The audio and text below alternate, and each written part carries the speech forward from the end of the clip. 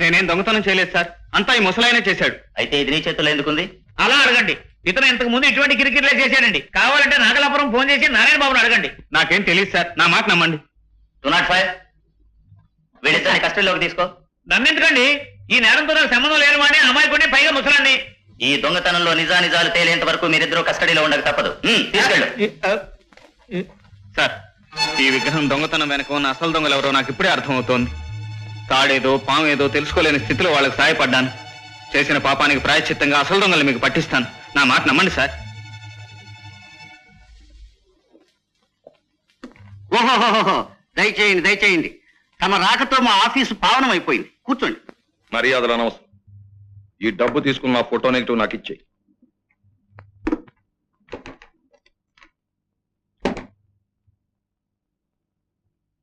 కూచిపూడి అప్పారావు చెప్పినట్టు ఇటువంటి విషయాల్లో తొందర పనికిరాదు. డబ్బు తెచ్చారు, బాగానే ఉంది. మరో చిన్న పని కూడా చేయాలి. ఏమిటది? ఈ కాగితాల మీద తమ అందమైన సంతకం చేయాలి. ఎందుకని? ఊరవతలు ఉన్న తమ మామిడి తోట, ద్రాక్ష తోట ప్రేమపూర్వకంగా నాకు రాసిచ్చినట్టు సంతకం. ఓదన్నం, నాతో పరాచకాలాడుతున్నావా? మర్యాదగా నా ఫోటో నెగిటివ్ నాకు ఇచ్చేయి, లేదా ఏం చేస్తావు? చెప్పి చేయడం నాకు అలవాట్లేదు. మర్యాదగా నా ఫోటో నెగిటివ్ ఇచ్చేయి.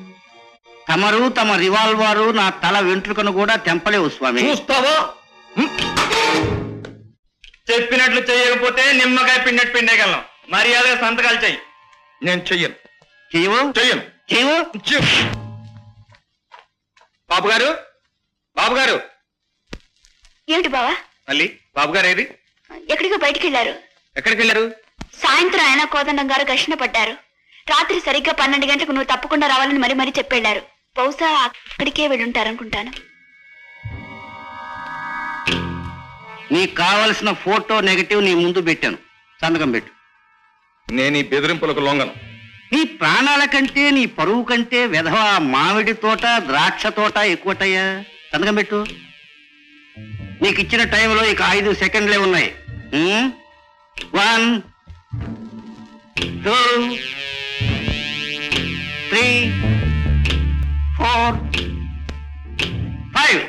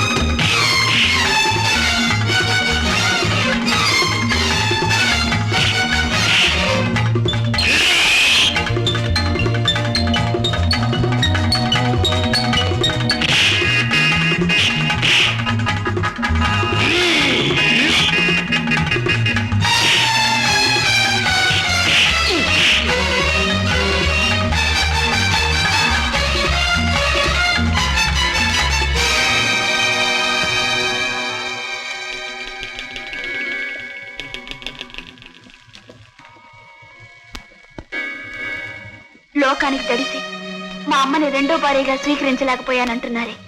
మరి మీకు భార్య ఉండగా మా అమ్మని ప్రేమించానని అబద్ధం చెప్పి ఆవిడ జీవితం ఎందుకు నాశనం చేశారు?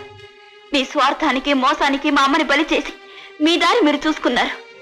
మరి నేనంటూ మీ రక్తం పంచుకు పుట్టిన మనిషిని ఇన్నాళ్ళు ఎక్కడ ఉన్నానో, ఎలా బతుకుతున్నానని ఒక్కసారి ఆలోచించారా? మీరు నా నాన్నని తెలిసిన క్షణం నుంచి మీరు మా అమ్మకు పెట్టిన బాధలు. అమ్మా, మళ్ళీ చిన్నదానివైనా నిన్ను క్షమించమని అడగడం కంటే నేను చేయగలిగింది ఉంది. పొరపాటు చేశాను నిజమే, కానీ నీ కోసం నేను వెతికించానమ్మా. ఎందుకండి వెతికించడం? మళ్ళీ ఎక్కడుందో తెలుసుకుని దీన్ని కూడా అంతం చేస్తే మీ పాపిష్టి జీవితానికి సాక్ష్యం లేకుండా పోతుందనా? లేదు, ఆవేశంలో వీళ్ళ అమ్మకు అన్యాయం చేసిన మాట నిజమే. దాని గురించి నాలో నేనే కుమిలిపోయాను. ఆ జీవితాన్ని తలుచుకోవద్దు బాబు. గతాన్ని తవ్వుకుంటూ వెళ్లే కొద్దీ నా మీద అసహ్యమే గాని గౌరవం కలగదు. ఈ ప్రపంచంలో ఎవరినన్నా అసహించుకున్నా బాధపడిన గాని నా కూతురు మళ్ళీ నన్ను అసహించుకుంటే నేను భరించలేదు. సరే, మీ కూతురు మిమ్మల్ని అసహించుకోకూడదనుకుంటే మీరు 2 పనులు చేయాలి. ఏమిటి బాబు? మళ్ళీ మీ కూతురుని ప్రపంచానికి ప్రకటించాలి. తప్పకుండా. అంతేకాదు, మీరు చేస్తున్న ఈ దేవుడి విగ్రహాల వ్యాపారం గురించి పోలీసుల ముందు ఒప్పుకోవాలి. నాకేం అభ్యంతరం లేదు. నా కోసం కాకపోయినా ఇన్నేళ్ల తర్వాత కళ్ళబడ్డ నా కూతురు కోసమైనా ఒప్పుకుంటాను. కానీ విదేశాలతో విగ్రహాల వ్యాపారం చేసే సాధు సన్యాసి బాబా రేపు ఇక్కడికి వస్తున్నాడు. అతనికి విగ్రహాలు సప్లై చేస్తానని నేను అడ్వాన్స్ కూడా తీసుకున్నాను. ఇప్పుడు ఆ విగ్రహాలు సప్లై చేయకపోతే వాళ్ళు నా ప్రాణాలే తీస్తారు.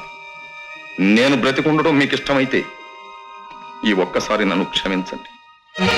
మా చెల్లెల రమాదేవి జీవితాన్ని నాశనం చేసిన దుర్మార్గుడు ఇంకా బ్రతికే ఉన్నాడా? అంతేకాదు బాబు గారు, మళ్ళీ కూడా అక్కడే ఉంది.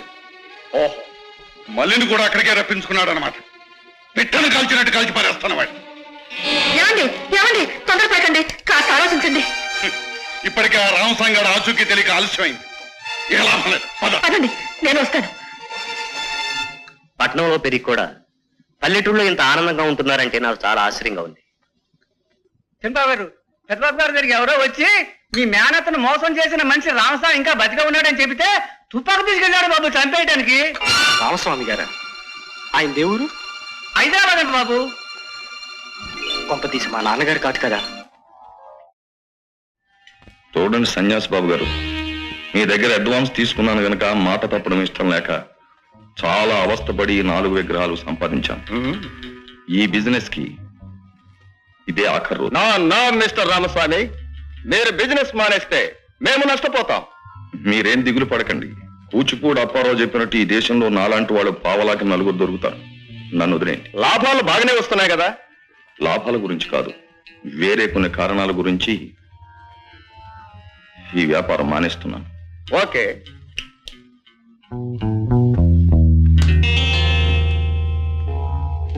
Thank you.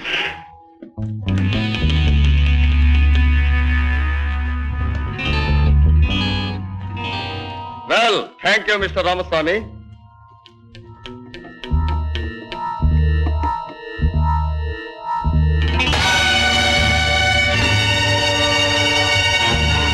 మిస్టర్ రామస్వామి, దేవుడి విగ్రహాలని చెప్పి మట్టి బొమ్మలు మాకు అంటగట్టి మమ్మల్ని మోసం చేస్తావా? లేదు సార్, నాకు ఆశ్చర్యంగానే ఉంది.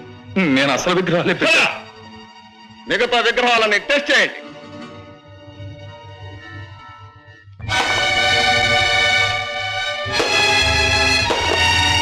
ఎంత మోసం! రామస్వామి, నువ్వు వ్యాపారం మానుకుంటానన్నప్పుడే నాకు అనుమానం వచ్చింది. క్యాష్ చెప్పు, అసలు విగ్రహాలు ఎక్కడున్నాయి చెప్పు. నేను వ్యాపారం చేసే దేవుళ్ళ మీద ప్రమాణం చేసి చెప్తున్నాను, నేను అసలు విగ్రహాలే పెట్టాను sir. I don't believe you. Come on. నా దగ్గర ఉన్నాయి. మిస్టర్ సన్యాసి బాబు, ఒక్కసారి దేవుడి విగ్రహాన్ని దొంగిలించబోయిన పాపానికే నా జీవితంలో ఎంతో నష్టపోయాను. అలాంటిది దేవుడి విగ్రహాలతోనే వ్యాపారం సాగిస్తున్న మీ పాపం ఇప్పటికైనా పండకపోతే అది ఆ దేవుడి మహిమకే చిన్నతనం.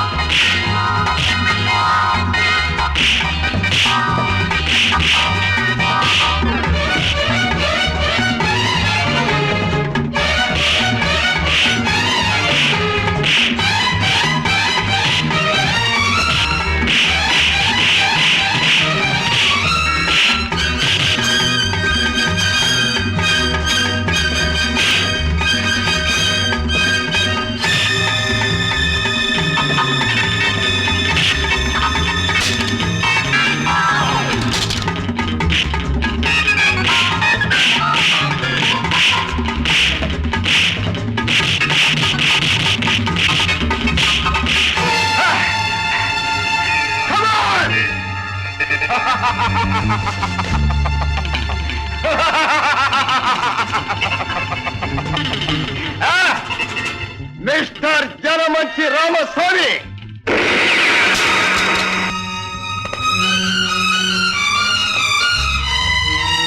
ఆ నీచుడు చావాల్సింది నీ చేతిలో కాదు, వాడి చావు నా చేతిలో రాసి పెట్టు. వీడేనండి మీ చెల్లెల జీవితాన్ని నాశనం చేసిన రాక్షసుడు. నా చెల్లెలు దూరమైన క్షణం నుంచి దుఃఖంతో విలపిస్తున్న నా గుండెలు ఆ చావుకు కారణమైన నిన్ను చిత్రవత చేయాలని అనుక్షణం పరితపిస్తూనే ఉంది. నిన్ను ప్రేమించిన పాపానికి నా చెల్లెల జీవితాన్ని నాశనం చేశావే, అదే నీ తల్లికో చెల్లెలకో జరుగుంటే దుఃఖంతో నీ గుండెలు ఎలా మండిపోయావో ఒక్కసారి ఆలోచించుకో. అందుకే ఈ ఒక్క తూటాతో నా పగ తలాడుతుంది, నా చెల్లెలు ఆత్మశాంతిస్తుంది. ఆగండి.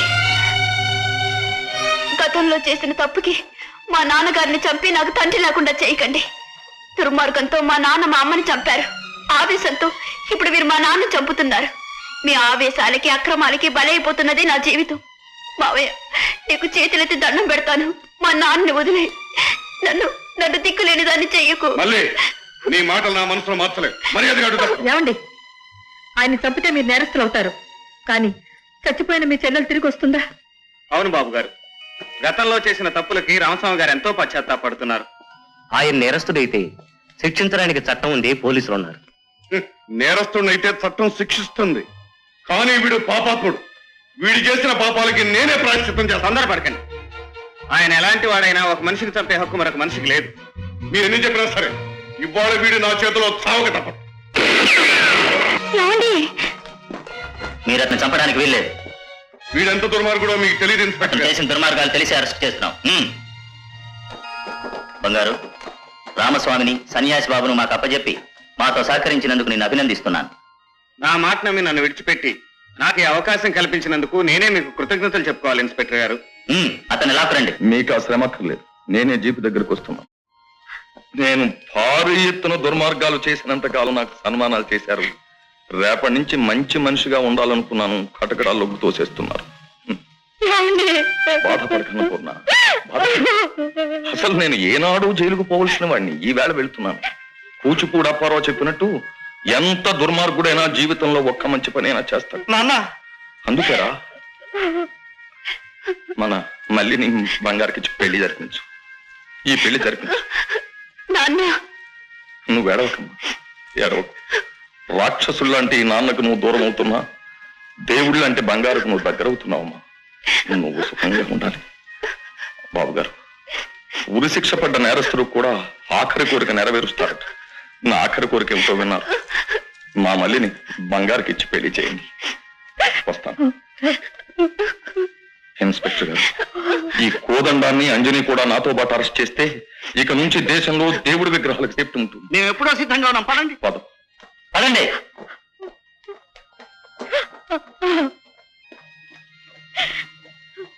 నాన్నగారు, బంగారు మంచితనం ఇప్పటికైనా మీకు అర్థమైంది కదా? ఏమండి, విరోధాలని మర్చిపోయి ఈ పెళ్లి ఒప్పుకోండి. నా చెల్లెళ్ళి బంగారుకి ఇచ్చి పెళ్లి చేయడానికి నాకేం అభ్యంతరం లేదు.